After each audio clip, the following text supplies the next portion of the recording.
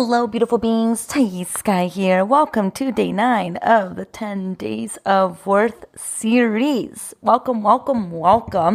I'm excited about these 2 episodes that I'm releasing for you all today because, well, they're near and dear to my heart. We're going to talk even more about the worthiness wound and ways that we can think about the worthiness wound and ways that we can support ourselves through the worthiness wound. You know, someone commented on one of my posts, I wrote, feeling worthy is not about never feeling inadequate. It's about developing a different relationship with yourself. And then I wrote, this right here is what sets Worthy Women Rise apart from other programs out there. I do not believe that the answer to our worthiness wound is to make it go away. In fact, when I say healing the worthiness wound, I'm not talking about eradicating our inadequacies through positive thinking or pretending our imperfections don't exist. I know it's a tantalizing belief that with the right mindset or through enough affirmations or with the right lifestyle, we will never feel enough again. We will never feel not enough again. Considering how much it hurts when we are feeling this way, I do not blame this desire. However, what I've seen to be true is that pretending like our unworthiness doesn't exist doesn't help us learn the tools of what to do when it does come up. Instead, if we can develop a new relationship with our worthiness wound, one based on mutual respect and curiosity, what we find is that the worthiness wound is the answer. It's a gift that can lead you into a profound understanding of yourself and your sense of belonging. Our darkness is the key to our radical light. When we stop looking at our unworthiness as the enemy and start looking at it as a messenger, everything can change. So I wrote that, and actually at the end of part 1 of this episode, I'm going to talk about a tool that you can use to support you in getting curious about your worthiness wound. But somebody commented and asked, do you have books that you recommend about the worthiness wound? And here's my response. My response is the one I'm going to write.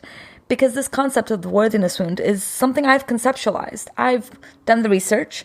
I've done the exploration within myself. And I've coached hundreds of women worldwide to develop this specific methodology and this specific way of understanding this wounding within ourselves. And I've been the one to accumulate the tools to use to support this worthiness wound. So there are no resources out there outside of Worthy Women Rise right now because my book hasn't been written yet. Here's to writing a book soon. Let me finish some other things first. And so if you're thinking about the worthiness wound and you're wondering, where do I get more resources on this? My Instagram page, I write a lot about this sort of stuff, and also through Worthy Women Rise. I mean, this is it. Twice a year, I open doors for Worthy Women Rise. Twice a year, I enroll a group of women to do their inner exploration of their worthiness wound, and then that's it. Besides my Instagram, this information isn't available anywhere else. And so if anything that you've been listening in the past few days resonates with you, if you're interested in wanting to deepen your understanding around it, learn the tools for developing a different relationship with your worthiness wound, I highly recommend you checking out Worthy Women Rise. Doors are open, and there's already spots being taken. And this is a small cohort. I really like this intimate experience so that no woman is left behind. This isn't one of those experiences where you get to kind of sign up and then not be accountable to, because this is a small group and you're going to be seen and you're going to be supported and you're not going to be lost in the shuffle. So if this piques your interest, go to worthywomenrise.com or go to the show notes and that will take you to the sales page. And if you have any questions, you're welcome to email me at info@thaissky.com. I'm happy to answer it. And I'm really excited about the spring cohort and the women that are coming together for this amazing 5-month experience. Okay, let's get into this episode. In the first part, we're going to be talking even more about the worthiness wound, how you can understand the worthiness wound, why society really kind of does us wrong, and how we can develop now a different relationship with our worthiness wound. That's part 1. Part 2 of this episode is something similar. We're going to continue the conversation from part 1, and we're also going to talk about self-trust and how to develop deeper trust within ourselves and how we can navigate emotional overwhelm.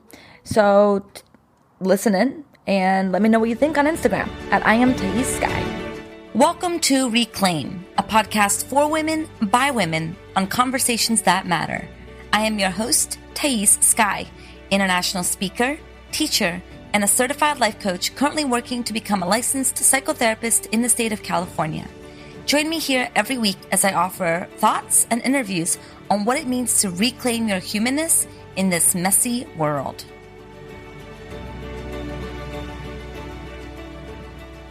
Okay, so we're going to talk today about why most people will never feel enough, and is this you? We've been talking pretty consistently for the past 16 days about the worthiness wound and about the different ways that it manifests and about the different internal mechanisms that keep us feeling stuck, that keep us feeling unworthy. And I want to talk about why, for the majority of us, this is just going to continue to plague our lives and what we can start to do differently. Now, this is not a title that's meant to scare you or meant to, make you feel like you're doomed or in any capacity. It's just, let's be real here. For most of us, feeling unworthy, feeling not enough, feeling inadequate has become a comfortable reality. This is something that we've navigated and had in our hearts for most of our lives. And when it becomes something that's ingrained, a part of us, it's very difficult to move it. It's very difficult to get it out of the way. It's not impossible by no means, but it requires work. And for most of us, we would rather stay safe and comfortable in our shit than to actually take ownership of that shit. When I started to do my inner work, this was over 10 years ago, I went to a therapist and I was starting to understand what was going on inside of me. I realized that everything that I had built in my mind, in my psychology, up to that point, needed to be recalibrated, needed to be loved on, needed to have attention, needed to be tended to. And we don't have the tools to do that from our society. Instead, our society tells us that we should be deriving our worth from how much money we make and how successful we are and how fancy our life looks, and not from the things that actually last and actually matter. So not only does our society perpetuates this idea that you should feel unworthy, please feel unworthy. Stay unworthy. For the love of God, please stay unworthy, because when you stay unworthy, you're easily manipulated. You buy into the hype, whatever the hype may be. You stay stuck. You stay feeling like shit, which is great because then you get to binge eat, which is great for the food industry, especially the fast food industry. It's great for industry. It's great for everyone but you and your community and your family. But this is the harsh reality. This is the life that we're at. I know so many people who share, I feel unworthy. I don't feel enough in my business. I don't feel adequate. I don't feel like I can do this. And yet when I ask them, so what are you doing about it? It's like, well, I'm trying to like make my business happen. So you're telling me that when your business happens, then you're suddenly going to feel good. Is that what I'm hearing? Like when you're a multimillionaire, you're never going to feel unworthy again. Is that what you're trying to tell me? You're trying to tell me that something outside of yourself is going to heal the wound inside of yourself. Like, when has that ever worked? Every time we go into a relationship thinking that person is going to be our love, the love of our lives, and it's going to take away our loneliness, what happens? We end up realizing that relationships bring more work. It's great. It's necessary and it's delightful, and relationships nourish us and heals us and helps us, but it's not the answer, is it? It's not the answer. And then when we think, but it's because we chose the wrong lover, we're going to choose the next lover, and then the next lover comes and he's the same shit. He brings up the same, or he or she or whatever brings up the same stuff within you. We can't keep thinking that our worth lies on stuff outside of ourselves. I don't care how well the lifestyle coaches sell you that once you have $1 million and once you travel all over the world, your life will be set. I promise you, I know these people. They are dealing with the same shit. This is what it is to be human. You can't run away from it. If you think that by being wealthy, you're more spiritual, you're closer to God, all your problems are going to go away. Tell me why our entire country is comprised of the 1%ers, of the richest people in the world, and our country is not any better. This idea of trickle-down economics is bullshit, right? This idea that once you get these things, you will never have to deal with your shit again is a lie that we are sold, and it's a sexy lie. It is a sexy lie that I've bought into again and again and again. And I'm telling you, it doesn't work. So most people are going to continue to believe that if they just get this, if they just do, if they just, what am I trying to say? if they just fall in love with the right person, if they just get into the right career, if they just get their business going, if they just do whatever it is they do, then this stuff won't come up. But I'm telling you, it's a psychological phenomenon. It's there because of deep childhood wounds. It's there because of the society. We cannot fix the problem with the same thing that made the problem. So we have to start to say, okay, so if everything that I've been taught goes against my own worth, it's time for me to recalibrate.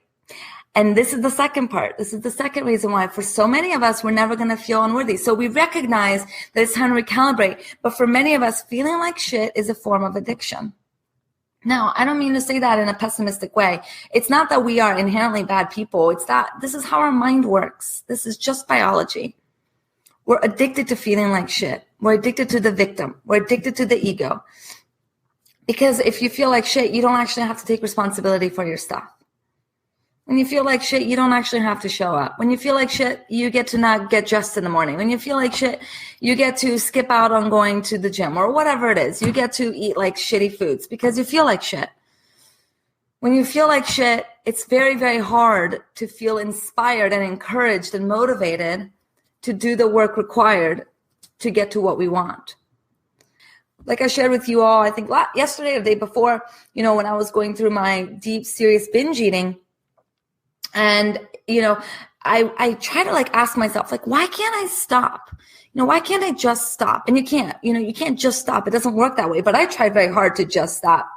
And at one point I realized feeling guilt and shame that comes after binge eating feels more comfortable to me. Yes, we definitely talked about this yesterday, the day before. It's definitely more comfortable than dealing with the deeper emotions that I've kept sealed for a very long time. It's more comfortable. Feeling shame and guilt, feeling shitty for myself, feeling fat, feeling ugly, feeling inadequate, feeling sucky is much more comfortable than actually looking at why I felt this way, at actually looking at what created this. It's possible. Healing is possible, but it's going to require a different set of tools than the tools that got us into this hole. And for many of us, we just much rather stay comfortable where we're at.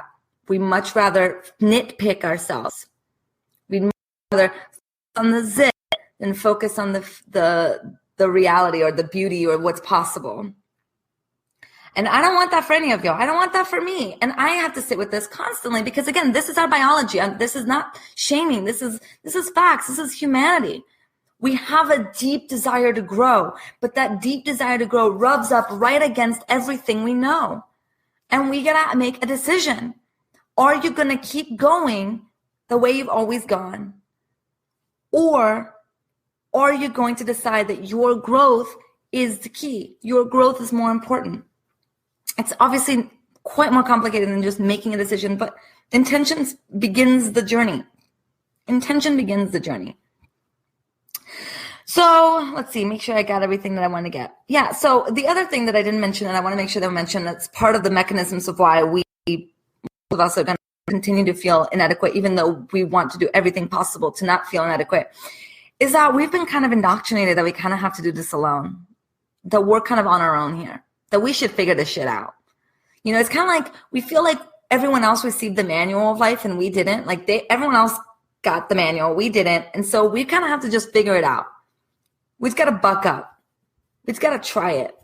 We just got to keep waking up at 6 a.m. every morning and depriving ourselves of food and going to the gym and working hard and then getting to work. And we just got to keep doing that. And if we just keep doing that, if we just set up the right habits and if we just set up the right things, then the feelings of inadequacy will go away. And I'm telling you, that's not the way it works. If you've gotten anything from the past 16 days of videos, it's that in order for the inadequacy and not enoughness, the worthiness wound, to no longer get a grip of your life and lead to addiction and lead to things like binge eating like it did for me and lead into things like comparatitis and lead into things like perfectionism and emotional withdrawal and shutdown and self-sabotage, you have to directly spend your time looking right at it.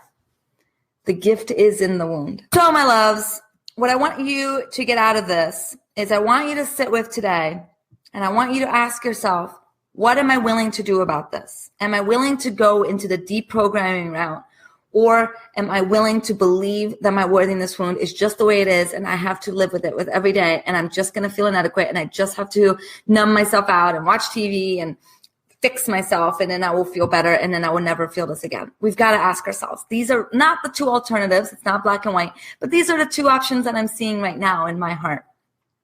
And I'm telling you, there is a way that we can begin to feel radically worthy in our lives. There is a way. I know it.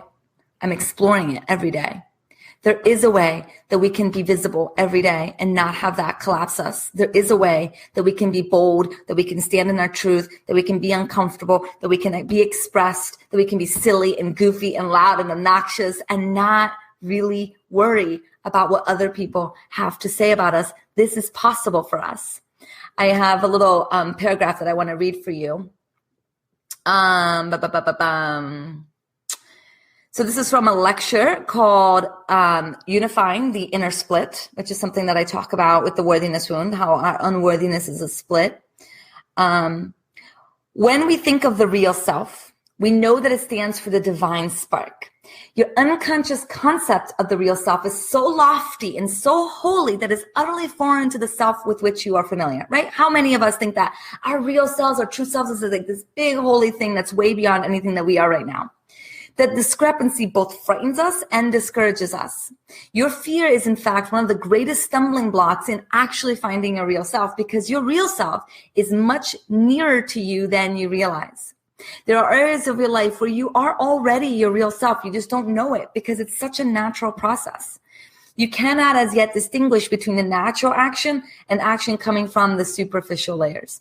You assume that the real divine self appears in the form of rigid perfection with standardized pattern. Isn't that us? I thought this way. I definitely thought that my real self was this like bigger than life, rigid person that has perfect and like operates perfectly and never makes mistakes and like lives this way every single day. But that belief stands in your way more so than your actual imperfections. Your misconception about divine perfection leads you to rigidity and compulsion on the one hand and to rebellion against it on the other. You ignore the vital truth that imperfection can lead to perfection and can be considered as such already in the present. This is such a huge paragraph. Your imperfection is already perfect right now. For perfection is the real divine sense. For perfection in the real divine sense is relative and depends on one's attitude towards oneself and one's action rather than on perfect acts as such. In other words, it's never what you do that counts, but how you do it. So it is possible for us to really step into our greatest, biggest version of ourselves, and it's not some holy, untouchable thing. It's being this. It's being in vitality and aliveness. It's being nourished in your body and embodied. It's about not running away from things when they come up inside. It's about knowing how to navigate the challenges within ourselves so that we don't push it on other people or numb ourselves or distract ourselves. This is so holy and so good and so accessible. And most of us, in some way, we are already acting as our real selves. We just get confused and we think that it's something that it's not. So the work that I do, especially in Worthy Women Rise, is yes, we're going to learn some tools, but it's not so much about bringing in more, but about peeling away the shit that we've been taught, peeling away the belief systems that are telling us that we have to stay stuck, that growth is scary and uncomfortable and not for us, that this is way beyond our capacity, that becoming who we are is becoming rigid and bigger than ourselves, and it's not sustainable and it's going to alienate people and push people away. That's not what we're talking about here. What we're talking about is an immense freedom and autonomy that's not being run by our unconscious fears and self-sabotaging, that's not being run by our deeper inadequacies from childhood. It's time for us to really look at those things so that we can become who we truly are meant to be and have that be everything that we wanted. Have that be freedom. This is possible. And this is what I'm going to be offering in Worthy Women Rise. So if you're interested, the link is up above. And another thing for you to be thinking about as we end this conversation is think of the last time that you felt unworthy. Think of the last time that you felt unworthy, that you felt yourself going into a spiral of, who am I to do this? I can't do this. Think about that time, and I want you to take a moment and journal what those thoughts were. I want you to write it down. I want you to write down all of the words that come up for you when you think back. And it could be right now, right? It could be those thoughts. Okay, I want you to write them down. And I want you to name that voice. This is one of the most powerful tools to address our worthiness wound. I want you to name that voice. And I want you to get familiar with that voice. And tomorrow we're going to talk about what we can do with that voice. But today I want you to just identify when that voice comes up. And we can identify it by beginning to see what type of things it says to us. And name it. Visualize it. Imagine it's an actual thing. Okay? Tomorrow I want to share step 2 of what we can do with this. But this alone has tremendous capacity for us to begin to separate who we are, our true selves, and the voice of the worthiness wound. And the more that we can separate ourselves, the voice that's telling you that you're ugly, you need to lose weight, you need to do this, whatever, versus who we really are. The more we can separate it, the more we can see it, the more we can do something about it, the more we can respond to it instead of believe it and react as if that's us. Separating ourselves from that voice is tremendously liberating, because then when it comes up, we can be like, oh, hello. Hi, worthiness wound, or whatever your name is. Hi, Candy, Hi, Brownie. Hi, my love. It's you. You've come to tend to me, right? Because the worthiness wound is not out to get you. You know what's out to get us? Our ego. That shit is really driving us into the ground. Not because they are in and of themselves bad. We need a very healthy balance of our ego. We need our ego, but because we've put the power in the wrong place. And now it's time to bring that power back to where it belongs.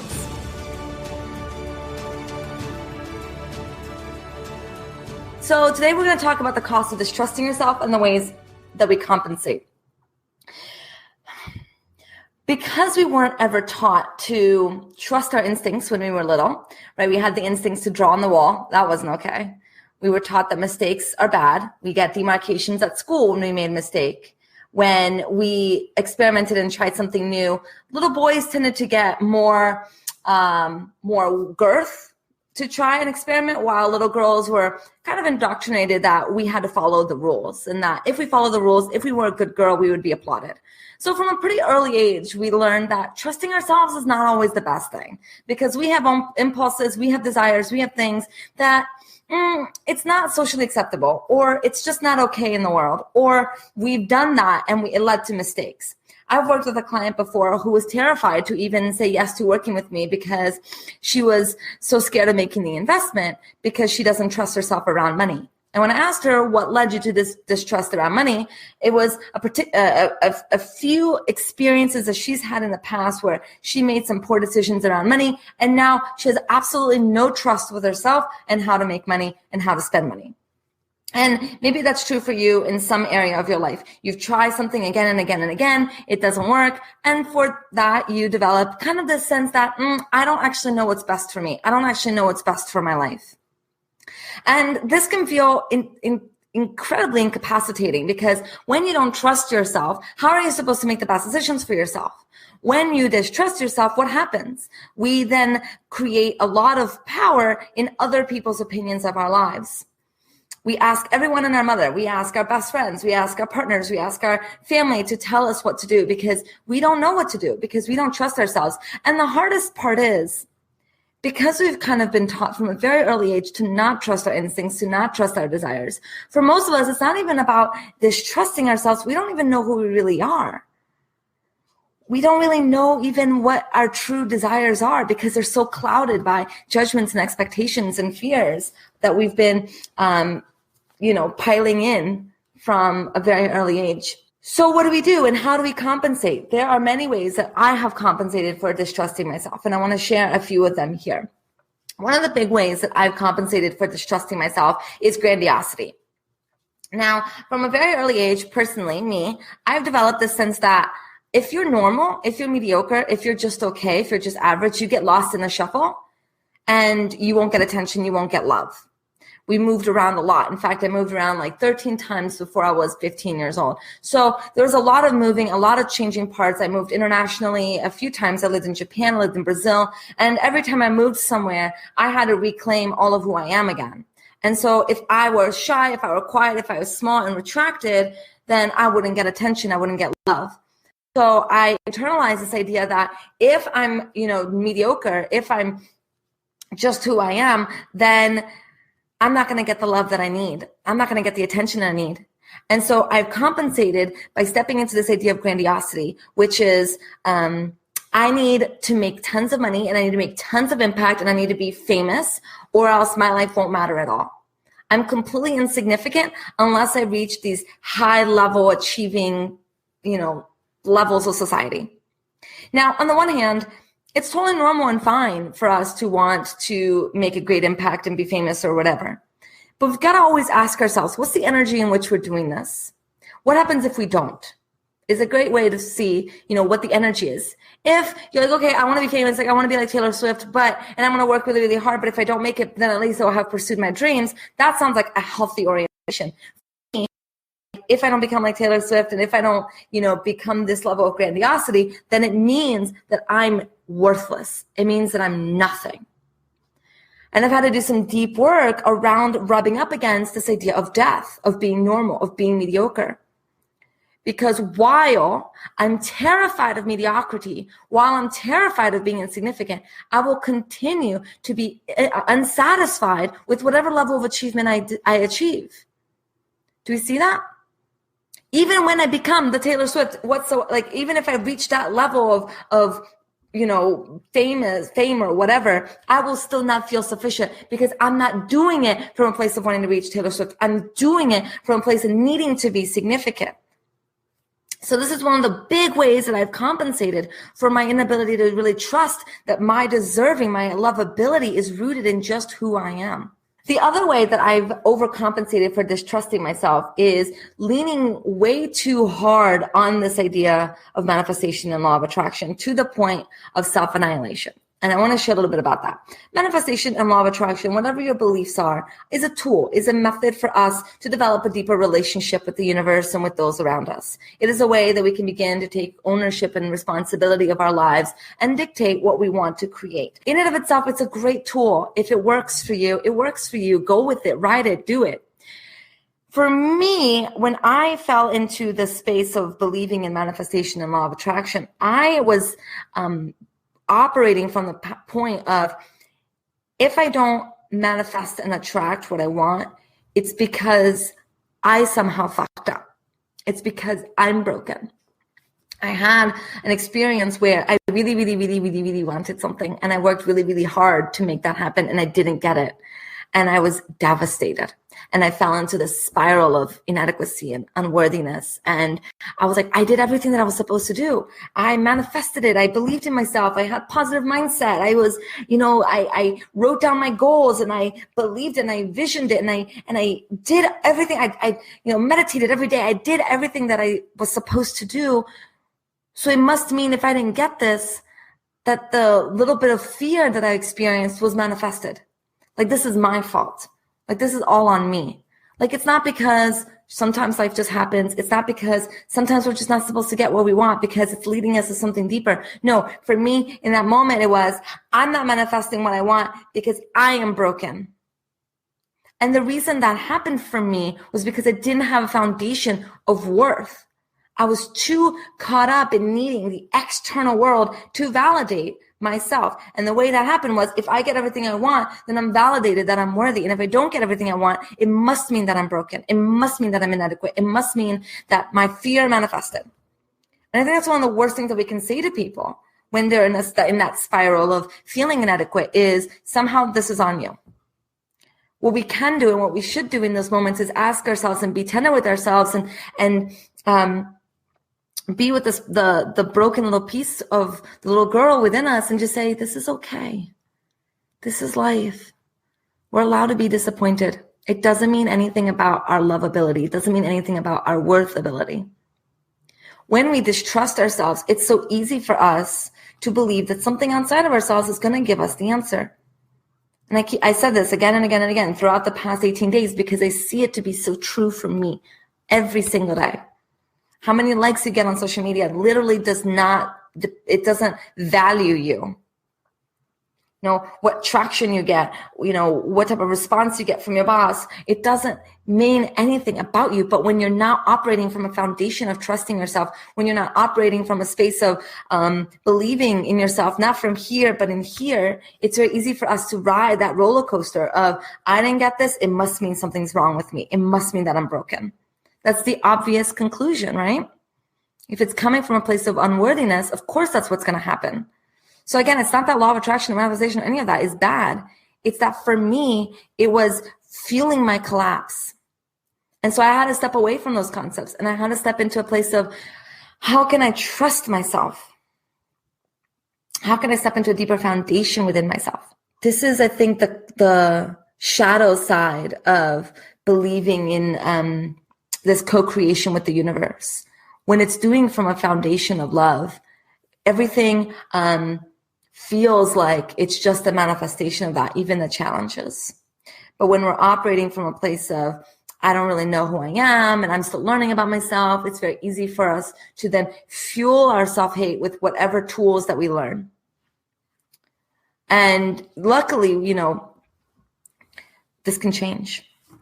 This can change. And so maybe as you listen to this, you can think about the cost that distrust has had in your. How have you distrusted yourself and what have you done to compensate for that? It can be as simple as feeling distrust within yourself, so you spent way too much money on clothes. What are the ways that you've compensated for your self-hate? What are the ways that you pushed people away when you needed it most because you couldn't trust yourself and you couldn't trust that relationship? So when we are in that collapsed place, the best thing that we can do to tend to ourselves is do our best to be with the pain in the moment versus allowing our thoughts to fuel the pain. So when I find myself collapsed, when I find myself feeling, triggered and shut down and in an emotional spiral of inadequacy, the best thing that I do for myself is first to recognize that I'm in this space. Because when I recognize that I'm in this space, then I know that the tools, that I use over here aren't going to work for what's going on right now. And right now in that space, it's not time for mindset. It's not time to fix it. It's not time for us to try to move on, try to pep talk ourselves. This is the opportunity for us to really be there, to be tender with ourselves. And it helps to have a team, support of people who are also not going to fix it or try to give you advice. Because right now in that space of collapse, that is not the time for it. The time for that is to allow yourself to grieve, allow yourself to experience this emotion, let it out. Let it out, whether that's screaming into a pillow or beating something like a pillow up, whether that's just allowing yourself to cry and journaling. When you're in that collapsed state, the only thing that we should be doing is honoring it. And then eventually, just like binge eating, eventually you'll find yourself in that collapsed space less and less and less because of the tools that you've done outside of that collapsed space. But the tools that you're using outside is not to be used inside. It's two different things. So those are the two ways that I've compensated for my feelings of distrust around myself. I've pushed for something great and something big.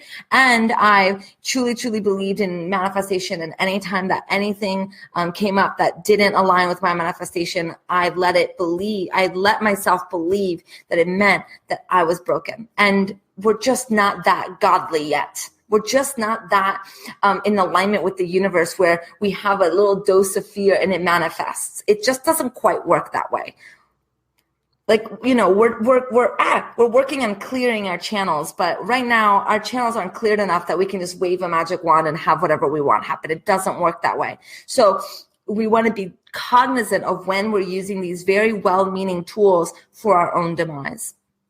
Okay, so yesterday we talked about part 1 of how to address the feelings of unworthiness as they come up. So if you haven't watched part 1 yet, I highly recommend you do so because that's going to set us up for part 2, which is today. So when we can acknowledge the voice of our worthiness wound, When we can notice that it's that voice of, oh, this is the voice of my worthiness wound. This is the voice of my unworthiness. The next thing that we can start to do is make space for that voice. And I know that this is challenging because often we've been taught that the natural propensity is to want to judge that voice and to stuff that voice down and to ignore that voice because that voice is obviously false. But what happens then is when we ignore it, it persists. So when we stuff it down, it actually just comes up even louder and it won't stop ringing in our ears and telling us that we're unworthy and telling us that we're inadequacy. So that's not the answer. So instead, what we want to do is we want to acknowledge that voice and actually give space for it. What I mean by that is when you notice that the worthiness wound is coming up, when you notice that you're in a spiral of unworthiness, it's a great idea to ask itself what's coming up. Like, why is it feeling unworthy? Like, what happened in the external world that's leading us to feel unworthy? Like, act as if it's a separate entity outside of yourself and have a conversation with it. Because, we want to develop a new relationship with our worthiness wound. And the relationship we've developed so far of making it the enemy and making it bad and making it wrong isn't working. So we want to develop a new relationship with it. And the best thing that we can do is just to start asking ourselves, like, why is this coming up now? Why are you here? What are you trying to tell me? Act as if it's your best friend. Why are you here? Talk to me. Tell me what's going on. Yeah? What's going on? Let's cultivate space for it. Let's talk to it like it's a human entity, because it's certainly taking the personality of one. And the more we can get to know it, the more it's not going to take the steering wheel of our car. You'll take the passenger seat and then eventually the back seat and maybe even the trunk at some point. We don't want to be ignoring it. We don't want to be shoving it down. We don't want to be numbing ourselves out. As much as we can, we want to notice that it's the voice of the worthiness wound and then ask, give it attention, give it love, ask what it wants, ask what it needs. What does it need from you right now? Oftentimes it just needs you to take care of yourself. It needs you to go outside and take a walk. It needs you to take some deep breaths. It needs you to go get a drink of water. It needs you to acknowledge that there's a wounded part within you that needs love and not to be ignoring it. Okay? So that's part 2 of starting to tend to the worthiness wound. And this is a really big tool because when we can start to implement it, we start to eliminate the need to be in battle with ourselves. And the more that we can eliminate that, the more effective our growth and our inner dialogue will be. Thank you for listening to Reclaim the Podcast. This podcast represents the opinions of Thais Sky and her guests to the show. The content of this podcast are for informational and educational purposes only and is not intended to be a substitute for professional psychological, psychiatric, or medical advice, diagnosis, or treatment. Always seek the advice of your physician or other qualified mental health provider with any questions you may have regarding a medical condition or mental disorder.